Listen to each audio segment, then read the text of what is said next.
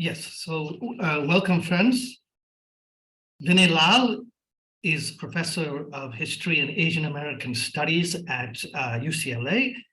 His many interests include the global politics of knowledge, South Asian history, the British Empire, world history, the South Asian diaspora, Indian cinema, genocide, authoritarianism, the Holocaust, nonviolent struggles, Gandhi, and the Black Freedom Movement. He has brought out about 20 books and a vast number of journal articles. These books include, most recently, Insurgency and the Artist, The Art of the Freedom Struggle in India, from Rowley Books in 2022, and The Fury of COVID-19, The Passions, Histories, and Unrequited Love of the Coronavirus, from Pan Macmillan in 2020.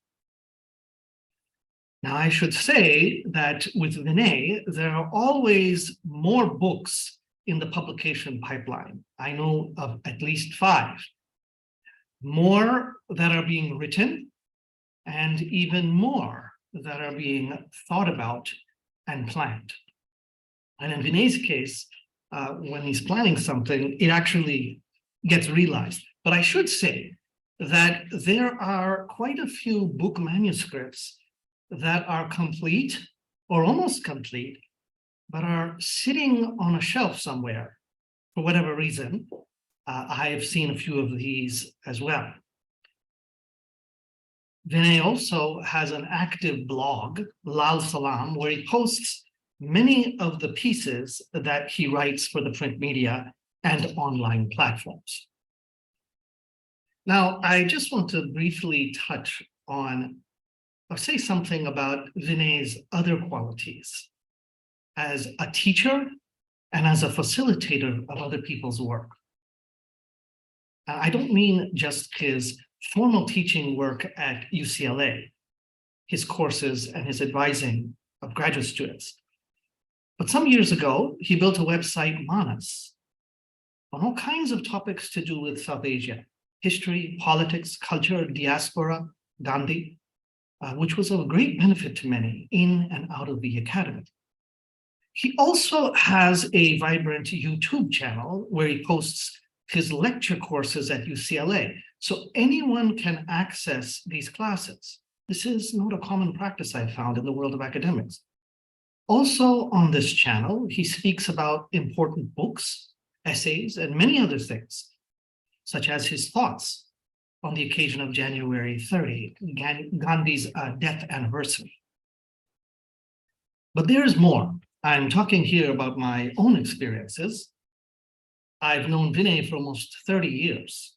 I met him somewhat randomly in the library at the Center for the Study of Developing Societies in Delhi in the summer of 1993. I believe this was just before Vinay joined UCLA.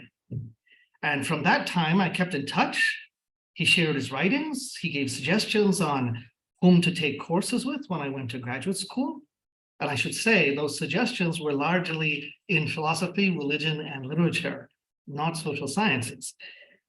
And we met up occasionally in the US and in India, and later he would read my work and give me comments and criticisms, but never so as to ask one to conform to his way of looking at things intellectually or politically, no. And when he might ask for a contribution to a conference or an edited volume, I've seen that he gives you near complete freedom in choosing the topic, how long the piece will be, even what genre it will be. And this ethos extends all the way to final publication. This too, I feel, is quite remarkable in the world of academics. So for Vinay, hospitality, plurality, autonomy, these are not just ideals and purposes that seem to drive his own scholarly writing. They are values which he seeks to extend to others in his own life. So I'm grateful for this chance to introduce Professor Vinay Lal. Today, Vinay will be speaking on the Shaheen Bagh movement, an Indian Muslim woman's revolt and the future of Satyagraha. So over to you, Nick.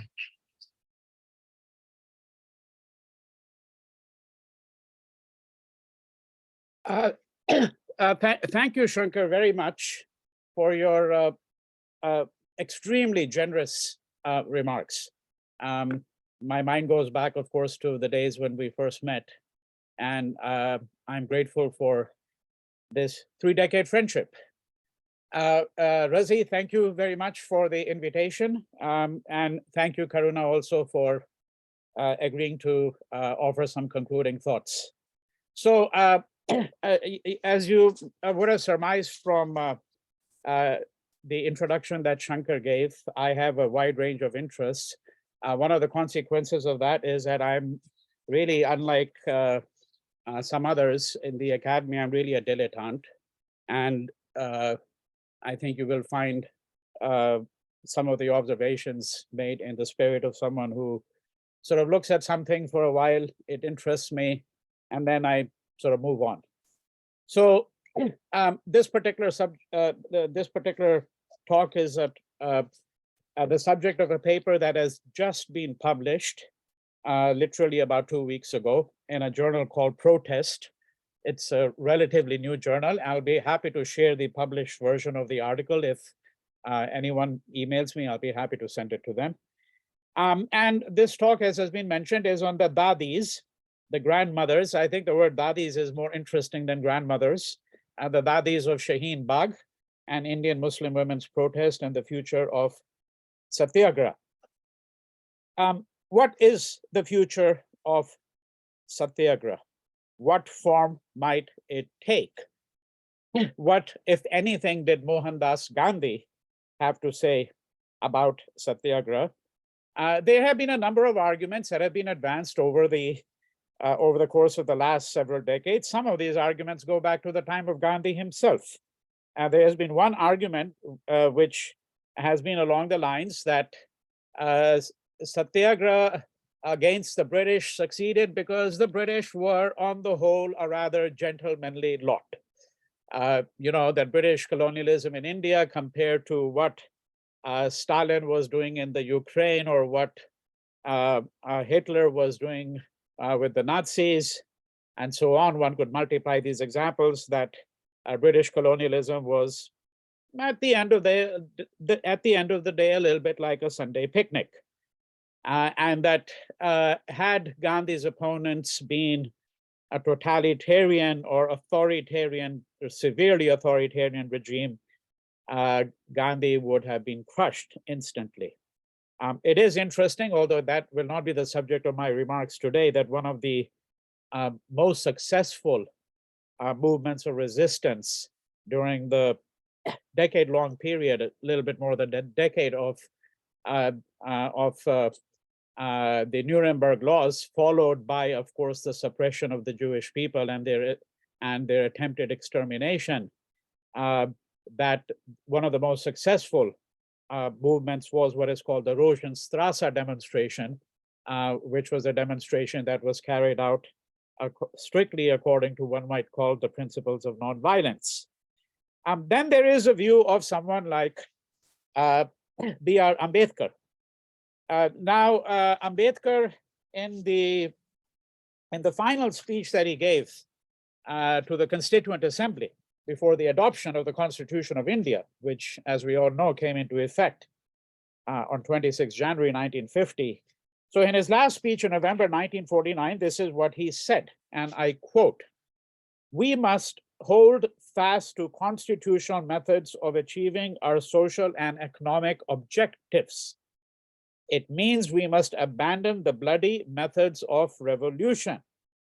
It means that we must abandon the method of civil disobedience, non-cooperation, and satyagraha.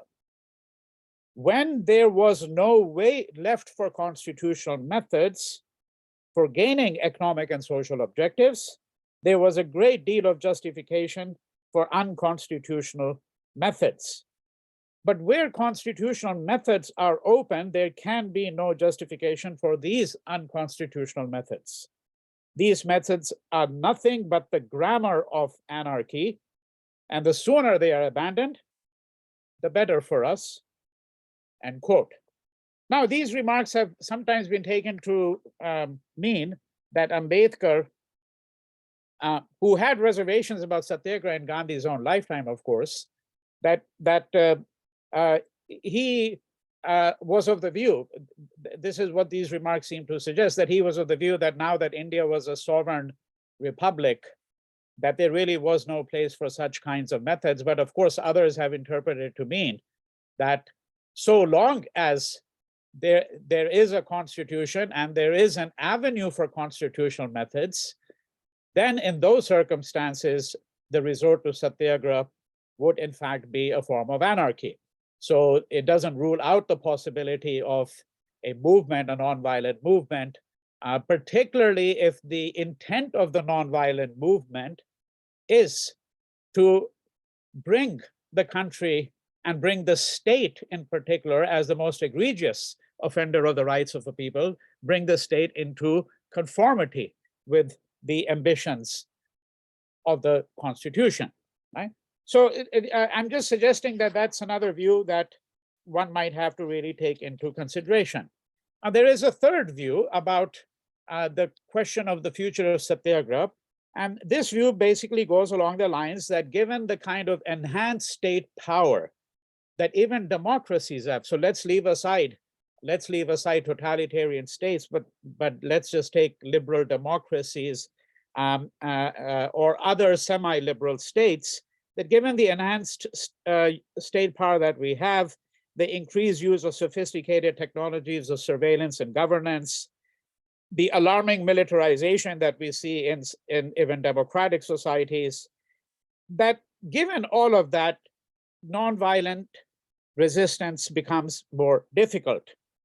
And of course, my view on this matter is that such an objection is not really a very tenable objection, because it seems to me that observation of this kind has in mind the kind of political dissidence that one sees in China. So for example, if you think about the kind of regimes of surveillance that the Chinese have launched for many years against the Muslims in China, where we know that face recognition technology, for example, has been widely used, I think that this observation is an observation that speaks more to the conditions of a country such as China. Because I think we have to understand that the reason this particular objection is not tenable is because one of the first principles of Satyagraha is that a Satyagrahi works in the open. A Satyagrahi has nothing to conceal. So the notion that enhanced regimes of surveillance and the use of such things as face recognition technology, that all of this might be a hindrance to Satyagraha, as an argument that really, at least from the standpoint of the grammar of nonviolence, really doesn't have any kind of purchasing power. Gandhi was certainly very clear that that what distinguished, for example, Satyagraha from the methods that were being used by some of his peers in the Hindustan Socialist Republican Army, that what distinguished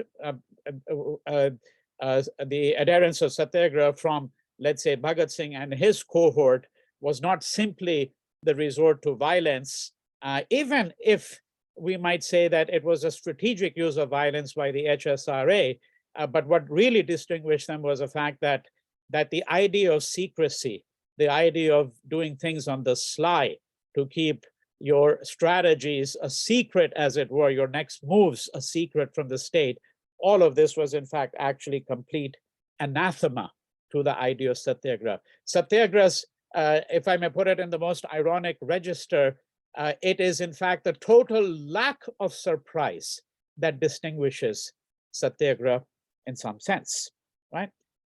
So in thinking about Shaheen Bagh, my first set of considerations really had to do with what does the Shaheen Bagh movement, which of course I will get to in just a few moments, what does it really tell us about the future of Satyagraha?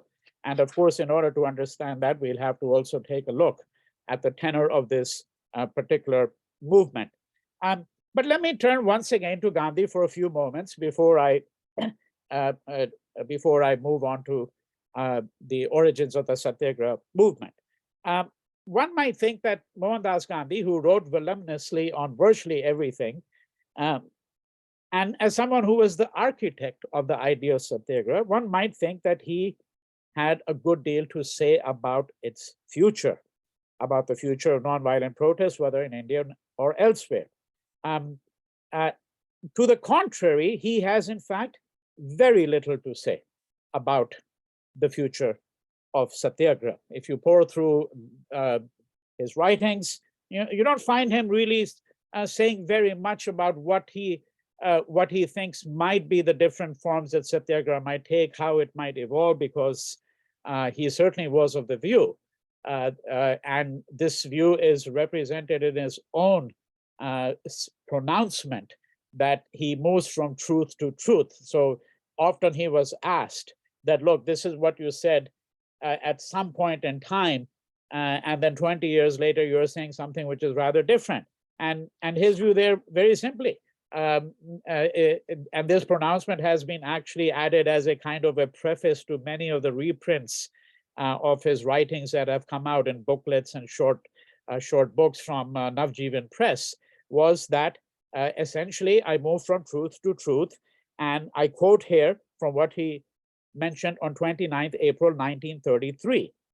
I am not at all concerned with appearing to be consistent. In my search after truth, I have discarded many ideas and learned many new things. Old as I am in age, I have no feeling that has ceased to grow inwardly. What I am concerned with is my readiness to obey the call of truth, my God, from moment to moment.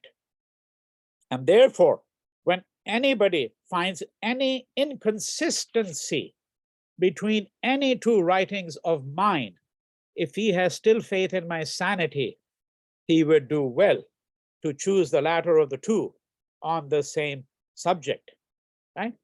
And it is for the same reason that we could say that in this quest for truth as one without an end, it is therefore in this same spirit that we can realize why he would not offer what we might call a textbook definition of Satyagraha.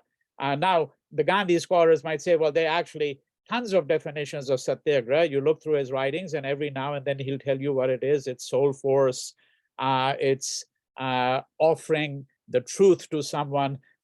Let's recall that the word Satya, the root of this word is Sat, which is being. So therefore, when an opponent is confronted with Satyagraha, that person is confronted with the truth of their own being, so to speak.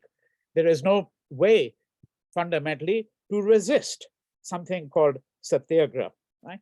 But none of these is what we might call a textbook definition. And one reason for that, as I've already suggested, is precisely because, as he says, he moves on from truth to truth, and that as the situation changed, of course, there are some bedrock principles, and these bedrock principles have been, needless to say, the subject of much discussion, including, of course, the idea of Satya, the idea of Ahimsa, and many other related terms, cognate terms that together constitute what we might call the grammar of Satyagraha. But in giving this overview, let me offer a number of other suggestions which I think are pertinent to the present discussion, which will lead to Shaheen Bagh. There is nothing in his writings to suggest that he envisioned Satyagraha as something that can only be carried out by a colonized people. And I say this with some emphasis because this speaks to the remark that B.R. Ambedkar, which I had cited, had offered when he suggested that now that India was a sovereign republic, there really was no need as such for extra constitutional methods. But in my view, there is nothing in the entire oeuvre of Gandhi's writings which suggest that Satyagraha is something that can only be carried out by colonized people. In fact, let us also recall that for Gandhi, Satyagraha begins actually at home. So there is a long history to be written here of how he observed his own mother, what his relations were with Kasturba, and how, in fact, if you think about, let's say, for example, the practices of fasting, right? What is a relationship between fasting at home and what we might call taking the practice of fasting to the body politic? How do you insert the body into the body politic itself? If one keeps this in mind, I think it becomes all too apparent that he never really gave much thought to the political contingencies, whether you are in a totalitarian system or an authoritarian system or a monarchy, some kind of absolutist state, or even a democracy. None of this really, it seems to me, had any fundamental bearing on the question of the circumstances under which Satyagraha can be offered. Nor was Gandhi willing to concede, and this goes back to the remarks I began with, nor is there anything to suggest that he was willing to concede that its efficaciousness could in any manner be hindered by the ruthlessness of the opponent. Indeed, if there is anything that Gandhi is insistent upon, it is the proposition that any limitations encountered in a Satyagraha campaign, leaving aside, one might say, of course, outright suppression by the state, reflect only the shortcomings of the practitioner. The idea of Satyagraha is, in his view, inherently flawless, and it is irresistible, if only because, as I've suggested, the opponent who is confronted with Satyagraha is being confronted with the truth, the Satya, indeed with their very being. So long as truth cannot be extinguished, Satyagraha cannot be extinguished. Now, let me move on then to the Shaheen Bagh movement. It is also, I think, if I had the luxury of being able to do this, I would have ventured to offer a more extended commentary on what is happening in Iran as well, because it seems to me that Shaheen Bagh may have presaged the extraordinary upheaval that has been quietly, for the most part, taking place in Iran, where once again it is women, most of them young enough to be the granddaughters of the Dadis of Shaheen Bagh. This movement that has been convulsing Iran it has been led by very young women, and one could argue, of course, that they have shown the way to exercise nonviolent resistance to a regime that has shown no hesitation in the brutal repression of dissent. Shaheen Bagh is a largely Muslim enclave in North Delhi, in an area known as Jamia Nagar. This colony, we know that this is a word used widely in Indian English to discuss certain areas. This colony or residential neighborhood was founded by one Sharik Ansarullah, who's now about 63, 64 years old, who in 1979 had come to study at the Jamia Millia Islam, one of the more renowned universities in India that is earmarked as a minority institution, where Muslims account for about 2/3 of its student body. He and his family purchased 80 bighas, that's about 26.5 acres of land in a village that they named Shaheen Bagh. Shaheen is a word of Persian origin meaning falcon, and Ansarullah's kin seem to have been inspired by the celebrated poet Muhammad Iqbal, in whose poem Sitaron se aage jahan aur bhi hai appears this verse, Tu Shaheen hai, parwaz hai, kaam tera, tere samne asman aur bhi hai. So this would be, you translate, would be roughly, translation would be, you are a falcon, your task is to fly, before you, there is this whole white sky to soar high in. Right? Now, though accounts of the precise beginning of the Shaheen Bagh movement remain sketchy, on the late evening of 15 December 2019, a few women from the neighborhood sat down in the middle of a major arterial road that connects the area to the large metropolis, which of course is India's capital. Earlier in the evening, the news channels had carried reports of an attack by the Delhi police on the students of Jamia who had been protesting the passage of the Citizenship Amendment Act, which I will henceforth refer to as CAA, to which I will turn in the following section of my remarks. The news coverage appeared to suggest an unprovoked and sometimes brutal assault, some of it carried out on female students and some on students studying in the university library. Jamia, as I've noted before, is a reputed university in the vicinity of Shaheen Bagh, and some of the students were young enough to be the grandchildren of the neighborhood's grandmothers. The women, to use an Indian idiom, decided to sit dharna. Okay, they decided to sit dharna, a practice documented in very early Indian texts. Now, this is a complicated matter which I will only spend a very short time on, because whether sitting dharna conforms to Satyagraha is a subject for much discussion. There hasn't been any discussion on it, but Gandhi himself, for example, thought of sitting dharna as a form of duragraha rather than as Satyagraha. That is a form of falsehood, really, the force of falsehood. But we can think of this as a form of sitting dharna. And the practice of sitting dharna has been documented, I would say, since at least early medieval times in India.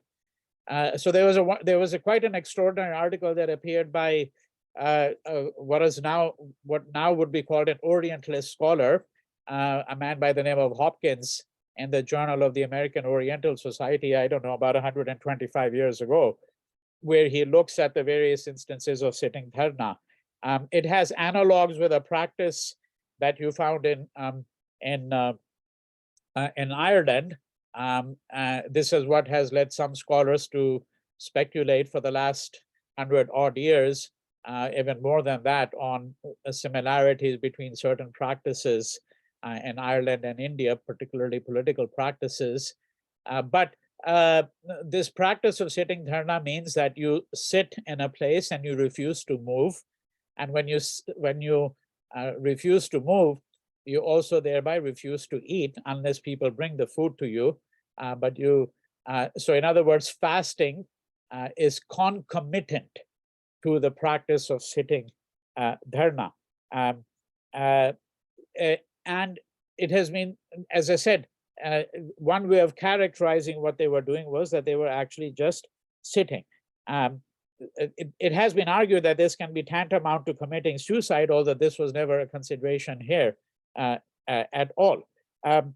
There is a very interesting history. I just mentioned this as an aside for some of those who are interested in these scholarly practices and curiosities, so to speak, that this practice of sitting dharna really originated in the situation where a person took a loan from someone, and then when the period of paying back the loan had elapsed, and the loan had not been paid, then the creditor would go to the home of the debtor and sit dharna, right?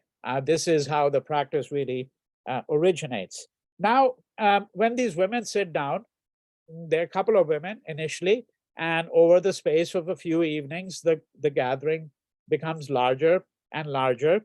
I did visit Shaheen Bagh that same winter. So this was later in December. So this was around 10 days after it started, and then once again some days after that. And eventually what one found was that the men folk joined the women as well, with the difference that in the morning, the men rose and went to work. All right. At first, as I said, it's a handful of women, then a trickle, then hundreds had joined and eventually a shamiana, a large tent, comes up. This is the kind of tent that is ordinarily used for public functions and weddings. It's pitched on the street, and the site is transformed into a public assembly hall. Some people were beginning to demand by around Christmas time that these women be removed. The supporters pointed out that because traffic was being blocked and all of that, and of course, from the modern middle class bourgeois point of view, when traffic gets blocked, well, that's the end of the world. So this becomes the imperative. Let's just remove these women because it's blocking the traffic. So in the police, in a clumsy attempt, to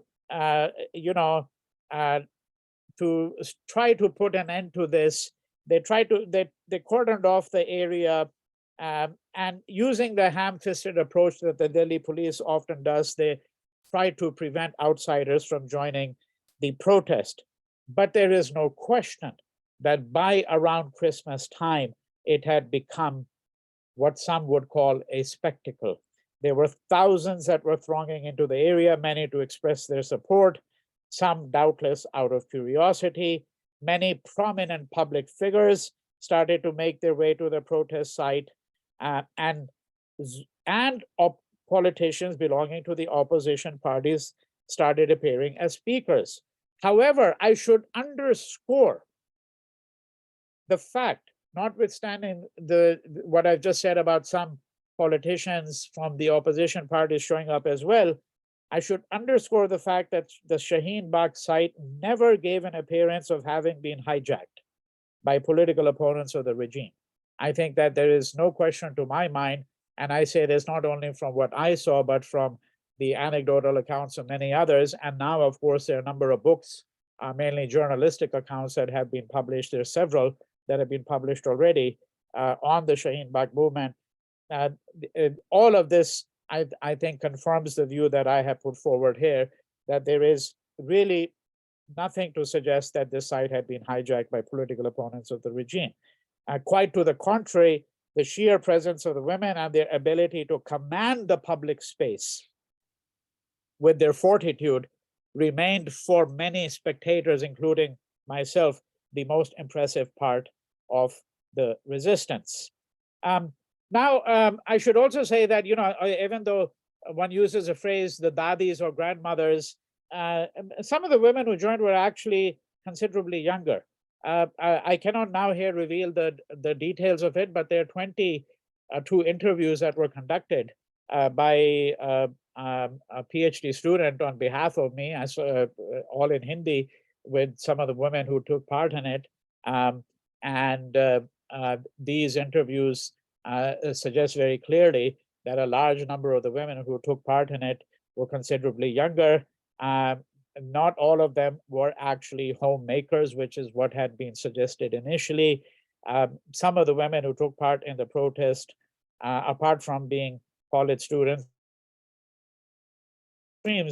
some of them were businesswomen, even a few lawyers and a few doctors. Many came with children, some without. The women sat on rows facing the podium, almost in disciplined formation.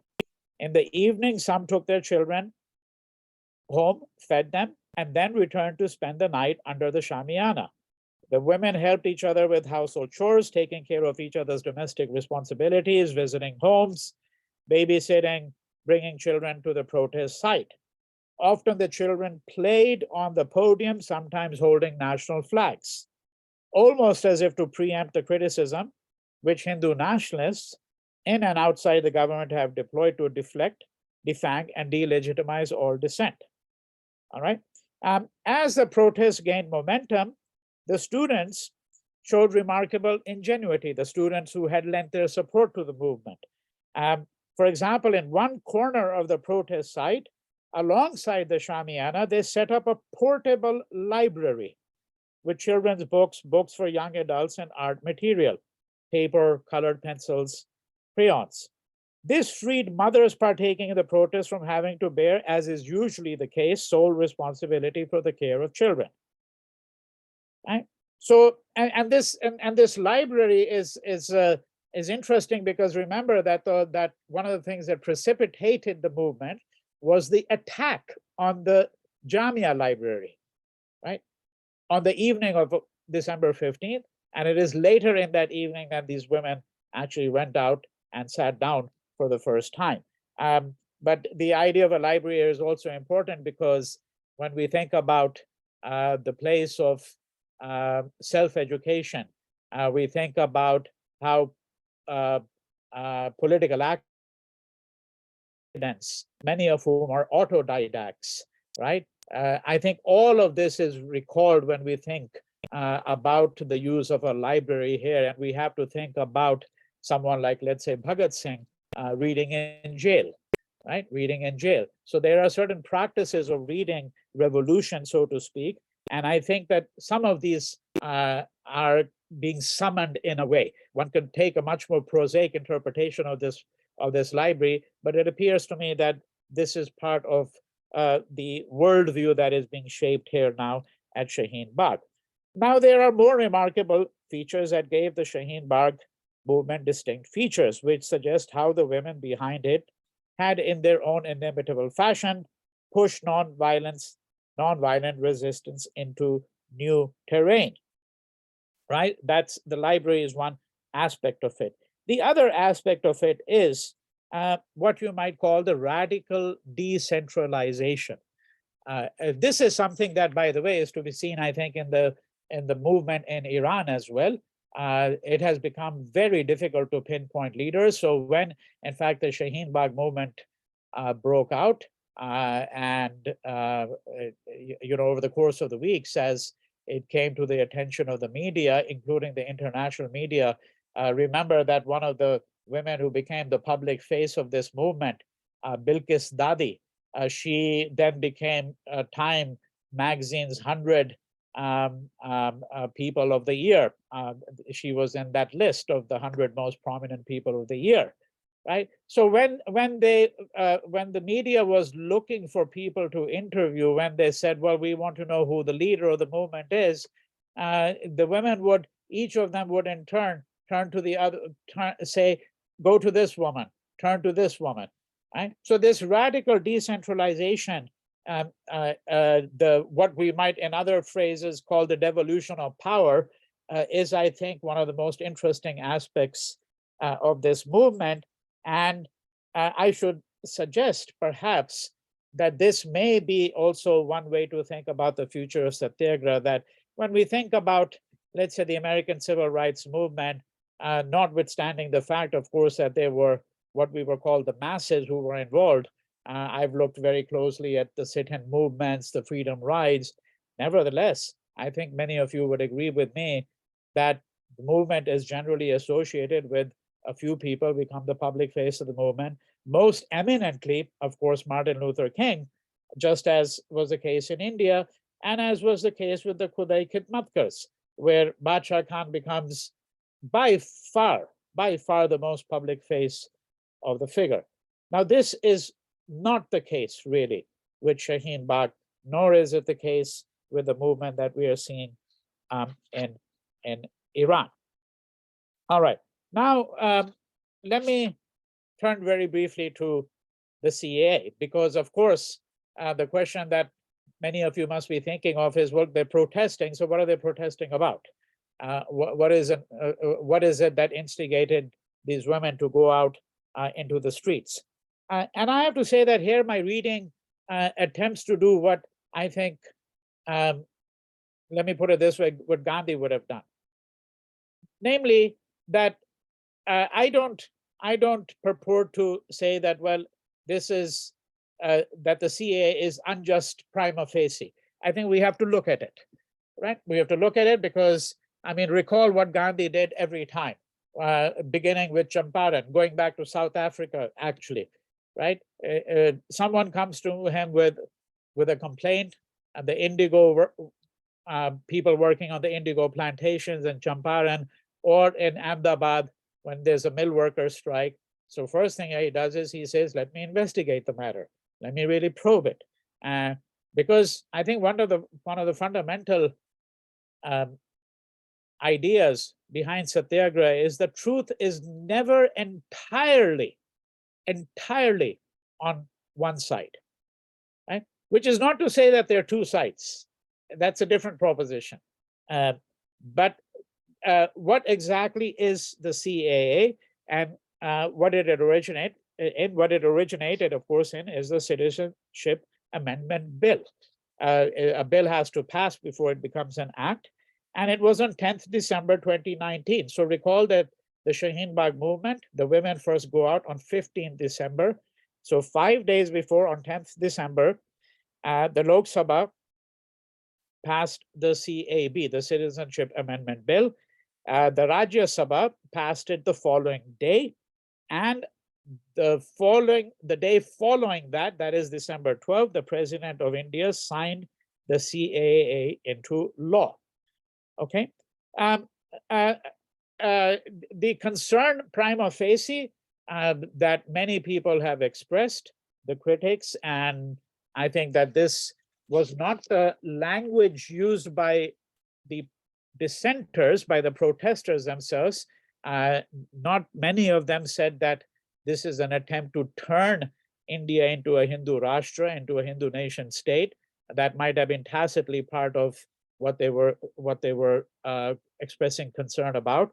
But certainly from the point of view of commentators, this has been prima facie the principal consideration that what is behind all of this is an attempt to disenfranchise the Muslim, to make the Muslim into a second-class citizen, and to turn India into a Hindu nation state. And of course, it just bears saying here, so that one understands the context under which this transpired, that the BJP has an absolute majority and does not need the support of any other party to push through legislation. They did even better in the 2019 election than they did in the 2014 election. So what is it that the CAA does? What it addresses principally is a path to citizenship for certain illegal immigrants, distinguished by their religion and country of origin. All right? And that is prima facie where one thinks to oneself that this violates, for example, Article 14 of the Constitution. It addresses principally, let me repeat, the path to citizenship for certain illegal immigrants distinguished by their religion and country of origin.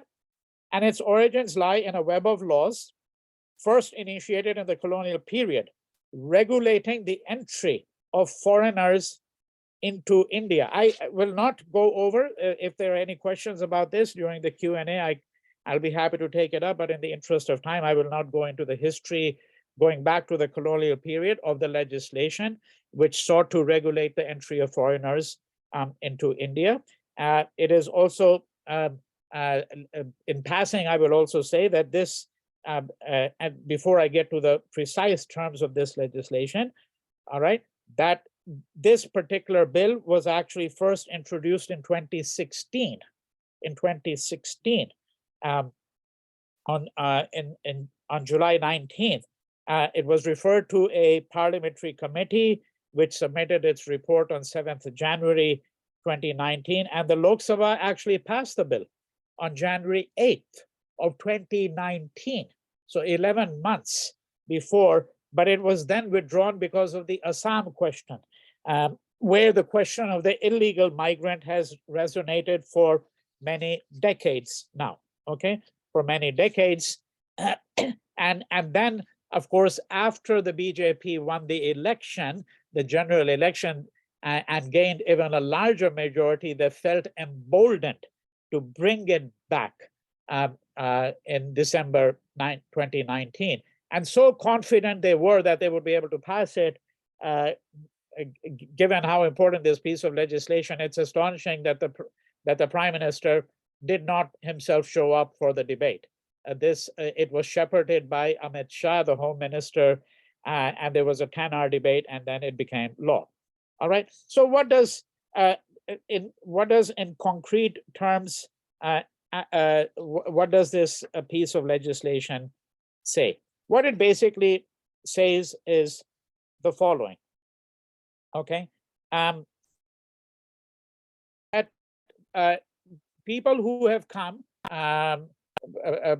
non-Muslims who have come, religious minorities, people from religious minorities who came into India, okay, illegally, or who came legally but then overstayed their visa, so that thereby they become illegal, who came before December 2014 from the neighboring states of Pakistan, Afghanistan, and Bangladesh. Okay, these are the three states, religious minorities. And these religious minorities are enumerated, and they include Hindus, Buddhists, Jains, Parsis, Sikhs, Christians, that they will be entitled to fast-track citizenship. That's effectively what it says, okay? And of course, Pakistan, Afghanistan, and Bangladesh, so that we can understand what is the logic that informs this piece of legislation, right? The logic that informs it is that these three countries are predominantly Muslim countries, and that, of course, it is religious minorities who are in need of protection, I might also say, although I did not mention this in my article, which I published, and surprisingly, very few people have ever really referred to this, that there is similar legislation in the United States. Okay, there is similar legislation in the United States. There is what is called the Lautenberg and Specter Amendment, which was passed 3 decades ago. It has been renewed every year by the US Congress, And this piece of legislation was passed in order to enable religious minorities in Iran, okay, which meant fundamentally Christians and Jews in Iran and the former Soviet Union, okay. It gives these religious minorities fast-track citizenship in the United States. That's what it does. It's the Lautenberg and Specter Amendment. But I just want you to bear that in mind. All right. Now, so there were a number of objections that were raised to this. One is that, of course, in identifying people specifically by religion, that this violates the spirit and letter of Article 14 of the Indian Constitution, which states that, quote, the state shall not deny to any person equality before the law or the equal protection of the laws within the territory of India, right? And Article 15 of the Constitution, of course, prohibits discrimination against any citizen on grounds of religion, caste, sex, and so on. And of course, the kinds of objections that were made were, so I'm just going to summarize this very quickly so I can move to my concluding remarks here.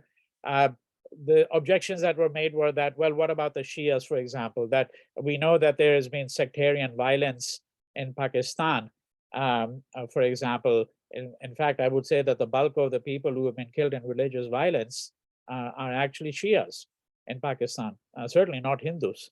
And if Shias are a religious minority, then why are they being excluded, for example? Okay.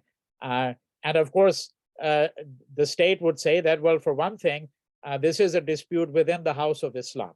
Okay. You know, whether Shias are viewed as a Muslim religious minority, that is a matter to be adjudicated within the House of Islam. They're certainly not a minority insofar as they're Muslims. And of course, a similar argument could be made apropos of the Ahmadiyas.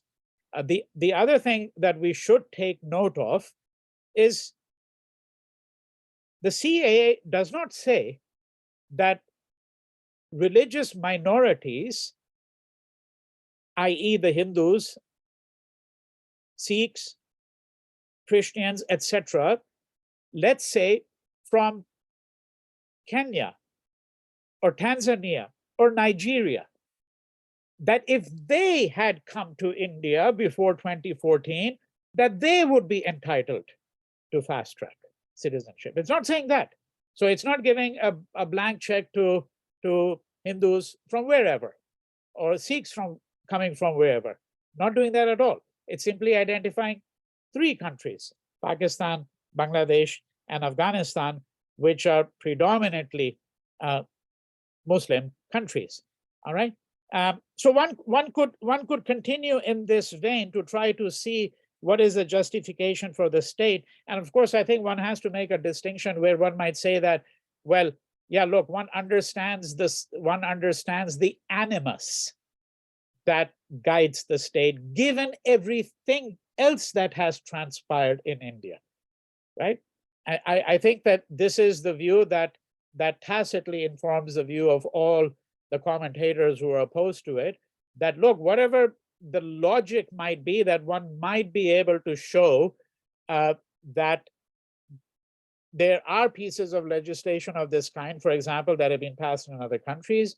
One might say that, well, it doesn't give a blank check to Hindus everywhere, and Sikhs and so on everywhere. It is only in these three countries where the argument would be the religious minorities, particularly Hindus, are clearly endangered. And then one would obviously have to look at the empirical evidence. And so I have a whole section in this paper which looks at some of the data.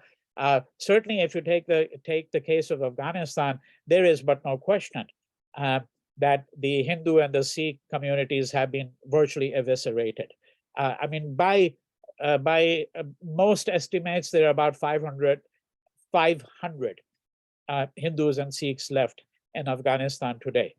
The community was as large as about 200,000, about 1950, 200,000 to 400,000. So there's been an outward migration. We know, of course, what the history of Afghanistan has been over the course of the last 4 decades. But by the same token, one has to say that it would be very difficult to argue that the Hindu population in Pakistan has diminished. This is a point constantly made by the BJP. There's absolutely nothing to suggest that. The percentage is very low, but it has not decreased. In fact, if anything, it has marginally increased, actually, according to the demographic data that we have.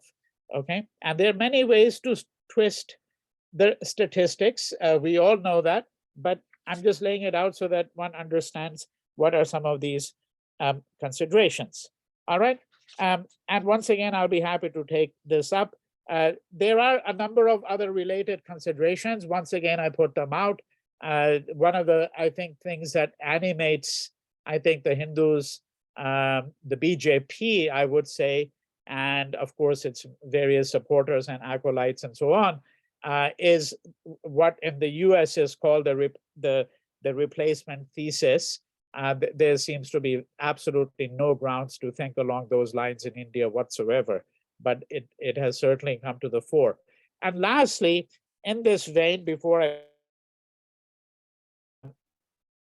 what it means to think about belonging to a nation.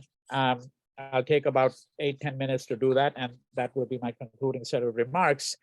The last consideration in this vein really is this, and how much salience one wants to give to it in one's own thinking and discussion, I think I'll leave it to you.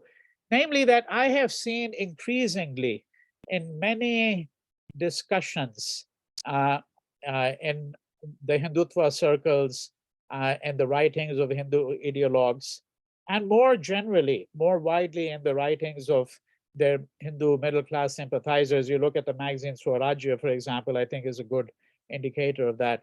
I have seen this feeling being aired that, look, I mean, the only home that the Hindu can call his own is India.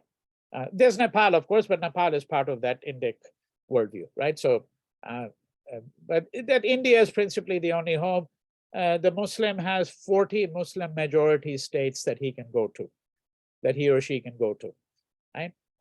And I think that this feeling, I think, has become increasingly important in the Hindu sensibility, that this is our only home, and this home itself is no longer a secure home. Of course, the latter part of it is completely bogus, But the point is that this feeling persists. Whether it requires to be addressed or not, that is a question that I think is in some ways an open question. That is, how does one actually meet that particular challenge? Now, to think about what it belongs to a nation and what is a political citizenship, one would also have to look, which I'm not going to attempt to do right now, one would also have to look at something called the NPR, that's the National Population Register, and the NRC, the National Register of Citizens. For those of you who have seen photographs of the movement, of the demonstrations, if you've seen videos, you would have seen many of the placards said no CAA, no NPR, no NRC. The three were usually lumped together and they're usually taken together. The NPR exercise, there is a clear misunderstanding about that, even among the protesters. Although let me hasten to add, once again, that simply because there's a misunderstanding, even among the protesters and commentators, that is no reason to in any way diminish the importance of the protest. I don't think protesters are duty bound to know everything, okay? And they are certainly not morally obligated to conform. I cannot stress this enough. They are not morally obligated to conform to someone else's notion of what is, quote, a genuine protest. When a movement takes place, people join in the movement for all kinds of reasons. And I think that that is in the nature of a movement. It is not an occasion really to be critical of the movement. Many years ago, there was a huge immigrant rights demonstration that took place in Los Angeles, where I live. Really large. I mean, I would say there were 500,000 people out there. I marched with that. When you look at the placards that people were carrying, some people were there because they were advocates for housing rights. Of course, housing rights and immigration rights often have a relationship, not necessarily a relationship, but often there is one. Some were advocates for LGBT rights, right? So people will come into a movement for all kinds of things.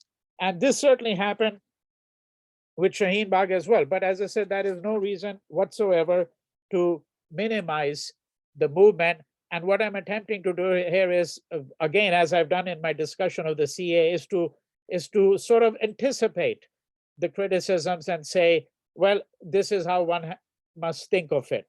These are some of the complexities that one must really think of.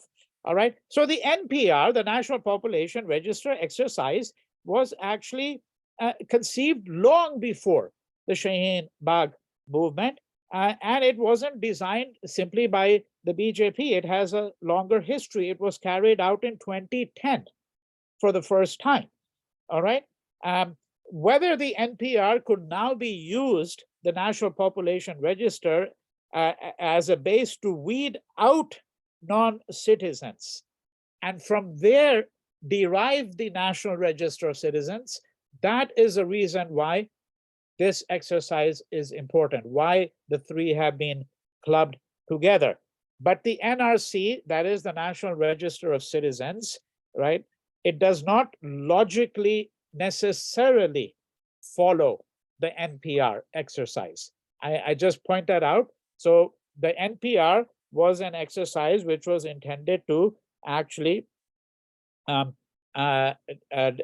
determine of course, there's something called the census, which is what gives you the most reliable demographic data. But what the NPR was intended to do was to look, in fact, at certain areas of the country and then determine what kind of services were important for these areas. The view was that you could only do it if you had a much better idea of different areas and the population distribution. And this is what the NPR was really intended to do, okay? Now, having said this, let us look at the final set of considerations. So one of the things that the women um, um, involved in the movement, the refrain that they constantly aired, also aired by many others in the movement. Hum kagaz nahi dikhayenge. Hum kagaz nahi dikhayenge. We will not show papers. That is that we will not show identity papers. Okay, because of course the notion was that, well, how does a Muslim actually establish that he or she is in fact a resident of India? All right. And there again, I have a long discussion. I'm simply alerting you, for example, birth certificates. Well, you'll be astonished to know that in large parts of India, birth certificates are still not being issued. Okay. I mean, there's actually very reliable data, and there is something called the National Family Health Survey. So they had round 3 of it, and then they had round 4 of it. And this National Family Health Survey, 2005-6, let me just quote from here. The births of less than 1/4 of children who belong to households in the lowest wealth quintile have been registered, and only 1 in 10 have a birth certificate. Okay, and the lowest, in the households with the lowest wealth. Okay, only 1 in 10.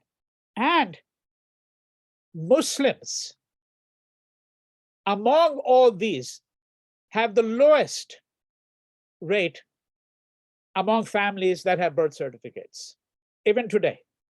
Right? This is according to the National Family Health Survey, both round 3 and round 4. Now, so when Muslim women and their supporters said, "Hum kagaz nahi dikhayenge," this is directly a reference to this. Of course, one can read it in many other registers. One can read it in the register of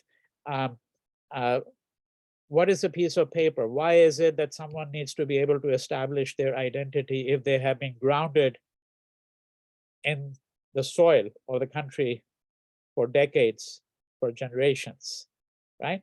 And this is where the question comes, of course, what does it mean to belong to a nation? And at what point does one cease being a foreigner? And I think that this is, of course, in some ways, the gist of the question. This is one way in which you relate the Shaheen Bagh movement to wider questions, such as, for example, something that we have all read about, which has been happening for a period of time, but it's been widely reported, particularly in the last 2-3 weeks, when all of us read that Muslims had been suddenly removed from textbook pages, that large portions of Indian history having to do with the history of Islam in India has simply been deleted from history textbooks, right? Saeed Naqvi wrote a play very recently. The play is called The Muslim Vanishes, right? It's a very interesting play, extremely interesting play. The Muslim Vanishes. So the Shaheen Bagh movement is partially a movement about how to think about the Muslim vanishing. This is what the NCERT textbooks are doing, right? The Muslim vanishes. And this is where then again, I think that we are emboldened, we are enjoined rather to ask, what does it mean to think of being a foreigner? And is it the case that we really have become foreigners to ourselves, right? And so I think that let's return for a moment to Gandhi. There is a wider question, which again, maybe in the Q&A, in the short Q&A that comes up, the whole question of how Hindu identity itself has been forged. To what extent were everyone else required in order to forge something that we might describe as the corporate aggregate identity known as the Hindu. But I think that what, to my mind, is most prominent in this movement, to sum up now, is the following. Number one, it enables us to think about what is the relationship of women in particular to the future of Satyagraha. Where does the power of nonviolent resistance lie? Is it the case, as Gandhi himself was of the view, that in fact women, and there's a lot of critiques of that. There are the critiques about essentializing women, the essence of women, and all of that. But he himself was of the view that women are perfect satyagrahis, or certainly can be better satyagrahis than men can be. And of course, we would have to look at the whole panoply of activities whereby Gandhi sought to, in some ways, what one might call feminize the language of politics, right? He himself speaks about reducing himself to zero, becoming a woman, so to speak, right? So you have to wrap it up, wrap it up. Okay, right. All right. So that, I think that is part of the fabric of questions.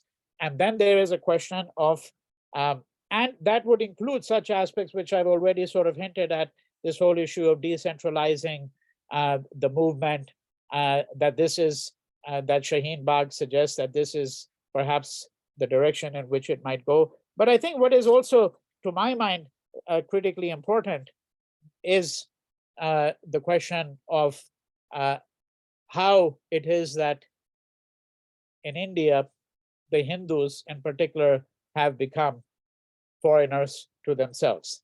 And so therefore, in Gandhian terms, it would mean that, or as Tagore might have said, it means that they have forgotten what their own dharma is, right? And it is on this note, I will then just conclude. Thank you. Thank you so much. It was really very engaging and very, very informative. So let's have the concluding remark by Professor Mantena. Hello. Yeah, please. Yes. Thank you. I'll try to be short and to the point so we have some time for questions and answers. So thank you, Vinay. That was a very expansive and provocative paper. My internet went out a little bit, so I missed some of the last remarks. So I'm going to keep my comments just to a couple of questions and points you made at the beginning about Satyagraha. You started with this very famous, but also maybe to many slightly obscure remark that Ambedkar makes at the Constituent Assembly debates about worry about Satyagraha and the legacy of Satyagraha from the independence movement in its translation to post-independent society, a newly established democratic constitutional state, a worry that the legacy was going to be one of anarchy or disrespect for law. It's interesting that something very similar happens in the US post the civil rights movement in 68 because of partially the civil rights movement as well as the anti-war movements. The Kerner Commission in the early 70s also raises these doubts that the legacy of civil disobedience is one of anarchy. And I think one of the things that raises to me to think about the future of Satyagraha, the past and future, is that partially I think Gandhi himself tried, often failed, to make a very sharp distinction, or at least Gandhi was very aware that Satyagraha had the capacity to be coercive or intimidating or violent less in the kind of traditional sense of physically violent, but there is a kind of coercion that comes from fasting, can come from physical intimidation. And I think that he tried, often failed, to make those distinctions, the difference between a Satyagraha fast versus another kind of fast. But those distinctions were often lost, both, especially in India, and not just Ambedkar, but Nehru would be concerned in the 70s about the legacy of Satyagraha or extra constitutional protests or extra institutional protests in India becoming a force of intimidation or another kind of coercion or mob activity. So I want to just go back to just thinking about Shaheen Bagh and how it actually demonstrates the importance that Gandhi was trying to do of making a distinction between a Satyagraha that is non-coercive. And I think, so this also to me means there's something important thinking to me about the past and future of Satyagraha the important contrast might be for us, not between Satyagraha and revolutionary violence. That's a traditional contrast we often see, but another kind of contrast that Gandhi was working on between Satyagraha and other kinds of ostensibly nonviolent protests or liberal constitutional protests, or we might say street politics of a certain kind, which we know Indian politics is dominated in many ways by street politics. That may look like Satyagraha, but may not in fact be Satyagraha.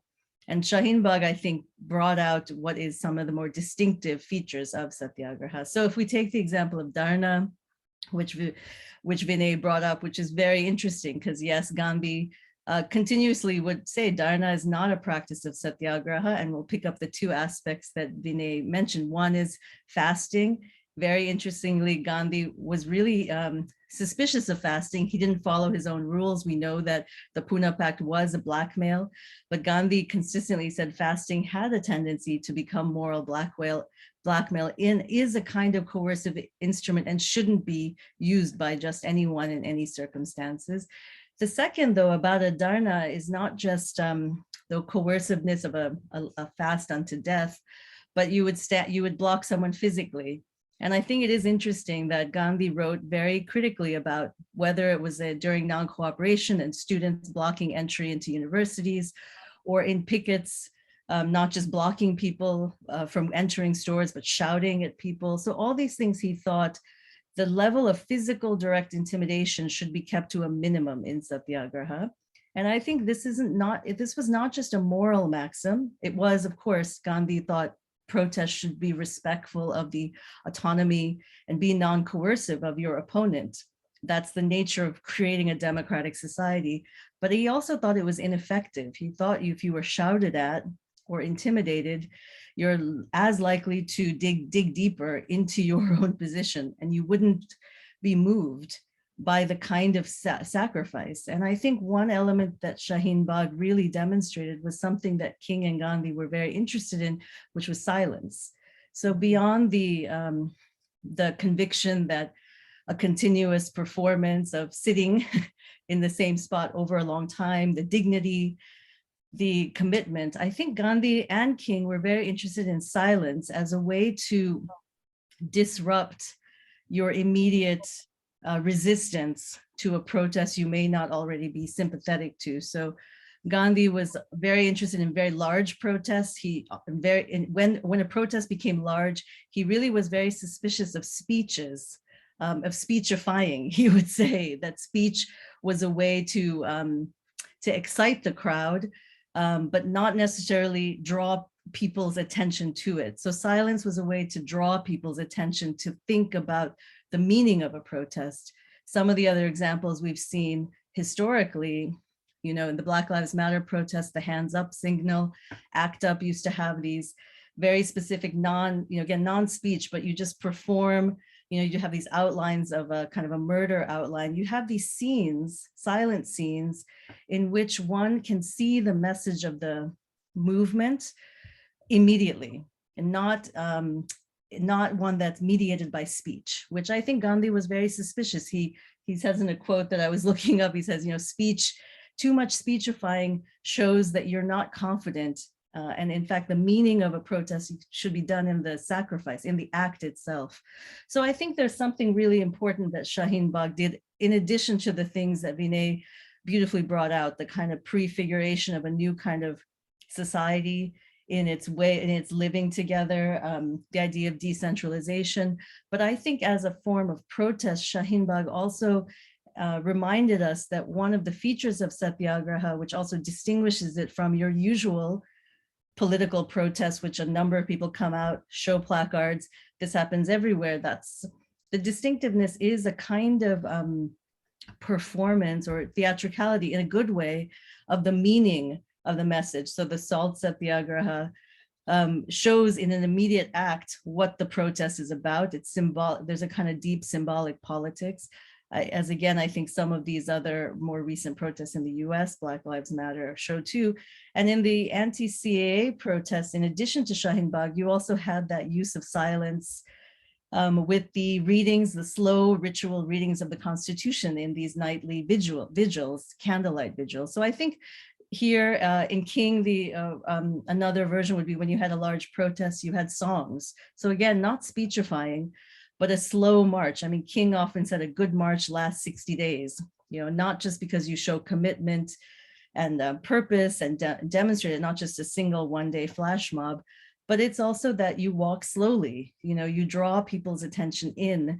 And that idea was that the meaning of the message has to be embodied in protest. And I think that's one of the lessons of Satyagraha, that the means and ends of protests come together that sharply. I think I'm gonna end there, partially because I do want us to ask questions, to hear from some responses. And I think Vinay brought up so many other interesting questions. I'm gonna just end there. And basically, I guess my end point would just be to say that if we're thinking about the past and future of Satyagraha, one aspect of Gandhian thinking that I think hasn't gotten enough attention is trying to distinguish Satyagraha as a form of protest that's not just about getting a lot of number of people, not just a display of power, but a particular way in which you try to disrupt people's natural reactions and draw them in and rethink their foundations. And I think he was Satyagraha has to be